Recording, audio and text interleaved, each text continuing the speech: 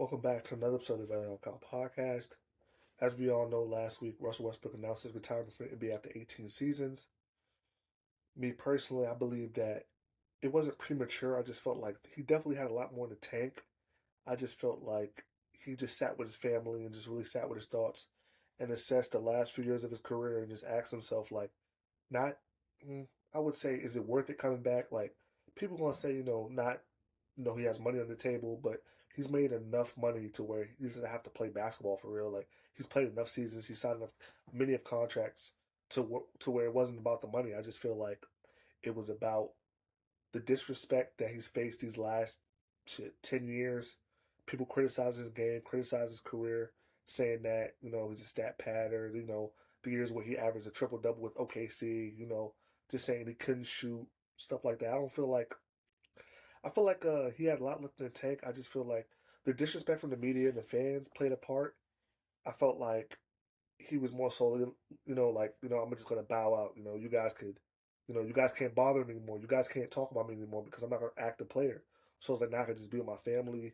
I could, get into other things. I don't got to worry about, possibly sitting on the couch for a long period of time and then waiting for a call that may never come. It's like, bro, not that he felt like he was too good to wait, but it's more so like, bro, I know I can help teams. I'm not gonna beg for, you guys to see it. I know what I am. I know who I am. I know what I gave to the game, and that's really it. Let me just, bow out on my own terms instead of like begging and pleading for, acceptance from a league that, you know, it seems like, they're okay with moving on without me. And it's like, you know, it is what it is. I'm a top 75 player. I'm going to the Hall of Fame. You know, I've created generational wealth for my family. I've overcome a lot of obstacles to get to this point. So you know what, I gave the game everything I had, and let me just go. Let me just let us go our separate ways. The disrespect for us for these last few years, last decade has been disrespectful. I mean, people have thrown smut on his name, dirt on his name, Westbrook, all these corny ass nicknames. Skip Bayless hating. ESPN hating, Stephen A. Smith hating. These social media platforms hating, and it's like it's sad because it's like for somebody like that, he didn't really get his flowers until the day that he announced retirement. Then you start seeing all these posts and these heartfelt messages. Dang, you would have thought the dude passed away or something like that. I'm like, damn, bro, like he's still alive. Like nothing. He just said he's not playing basketball no more. And it's sad because it's like, where was this when he was active? Where was this when he was on OKC? Where was this when he was with Houston? Where was this when he was with the Wizards? Where was this when he was averaging triple double and people were saying, he's stat padding and it's not organic. It's not natural the way he's getting these triple doubles. Like it's not none of it's natural. Like they're critiquing his game, saying it's a lot of like like I said, stat padding and like he's being force fed shots stuff like that. At the end of the day, the shots still got to go in. It's not his fault that he just has that mentality of like I'm getting that board, I'm shooting that shot, I'm getting that assist. Like he was he had something pause. He had something in him that a lot of other players didn't have. He had the tenacity. He had that dog. He was scrappy. Like he was all of that in a point guard's body, which I'm not gonna say I've never seen anything like that before, but Russ is one of one. That's why people have him in a high regard of like, top 5 point guard of all time, and it shows. Like if you watch the guy play, you could see it every night. He gave it all every night.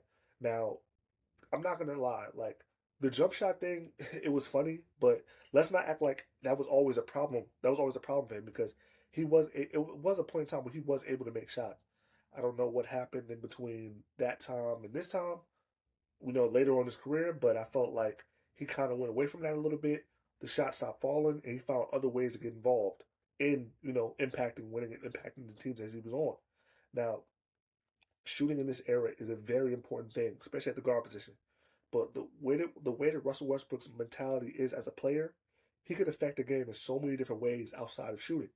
Now, sometimes that gets overlooked because, you know, excuse me, with analytics and these guys that are computer geniuses that these teams hire, they're looking at the numbers and saying, well, he doesn't really fit here because the volumes of shots that he takes and he's not able to make and percentages say this and this says that, but they're not.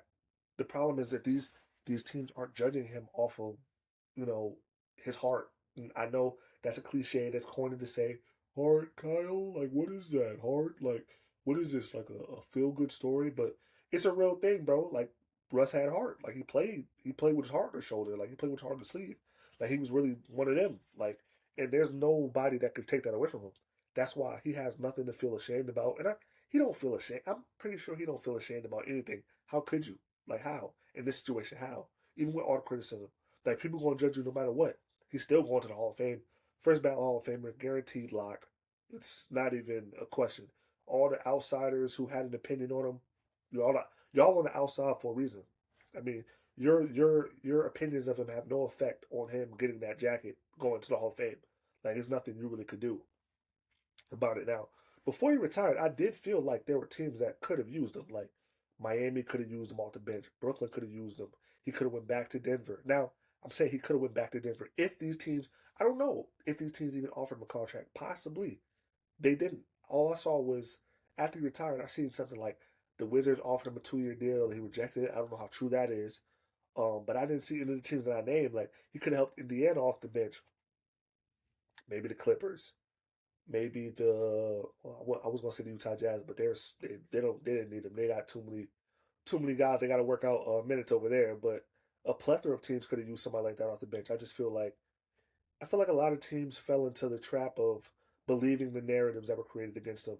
You know, the shot thing. You know, his attitude, which you know I'm gonna say I can't say if you know him because I don't know him personally. The stories that I've read about him, nothing. I didn't see anything negative. His peers respect him. They know who he is. They know what he put into. They know what he put into the game. I just felt like teams fell into that trap of like they believed what the outsiders were saying about him, the media analysts were saying about him, instead of actually calling him and talking to him about how he actually is, or calling his peers and asking them how he really is, or going on social media and seeing all the things they say about him, watching those interviews when people talk about him. And I feel like that played a part in him, having to wait so long to hear a call from teams and then him just ultimately making a decision just to retire because he's like, bro, I'm not waiting around for this. Like, you're not going to do this to me again like last year. Like, he had to wait a little while before he got signed by Sacramento. It's like, bro, and I'm not saying Russell Westbrook should be a starting point guard on the team. I'm not saying that. I'm not saying he should play 35 minutes per game. He's not like that anymore. But I do feel like, given the right situation, he could have helped the team. Like this retirement wasn't natural. I'm not gonna say it wasn't natural. I just feel like this wasn't how his career was supposed to end. I know people are gonna say, "Oh, well, it doesn't matter because his career's over." I just feel like for guys like him, as great as he was to the game, what I saw him do for the game, him changing how we looked at the point guard position, this wasn't supposed to be how his career was supposed to end. Now, I'm not gonna say, "Oh, well, he should have joined the who's the favorite to win the championship." The Philadelphia 76ers or the New York Knicks, and he should be holding the trophy, with those teams. I'm just saying he should have been at least on a contending team. Like a contending team should have went and, got him. Not as soon as free agency opened, but that first month, they should have offered him something. You tell me you couldn't offer him anything, a vet minimum, he would have took that. The guy's a winner. He wants to win. I just feel like as happy as I am, I just know in the back of his mind, he feels like, well, he probably does feel like, well, I don't know if he feel. I'm not gonna make it like he feels like, but I know how I feel. I don't like seeing stuff like that because it's happened too many times with other great players where they just bow out because like, bro, I'm not dealing with this. Like, I'm not gonna have y'all do this to me, bro. Like, I'm not like I said in the beginning of the episode. Like, I'm not gonna be sitting on my couch with my kids and getting acclimated with, taking them to school, doing stuff with his wife, doing stuff with his family, and then all of a sudden, in the middle of him possibly taking his kids to school, oh, daddy has to leave because I got a call from the Nuggets and I'm leaving tomorrow. Like, bro, I'm not doing that, bro. Respectfully, y'all could give that money and that opportunity to somebody else. I don't need it no more. Like, I'm not gonna be greedy. I'm not gonna take up a roster spot just to say I'm still in the NBA, just to say I'm in the NBA just to make money. When you'll just give it to a young guy. Respectfully, no, I'm good. I don't need it. I don't need it that bad.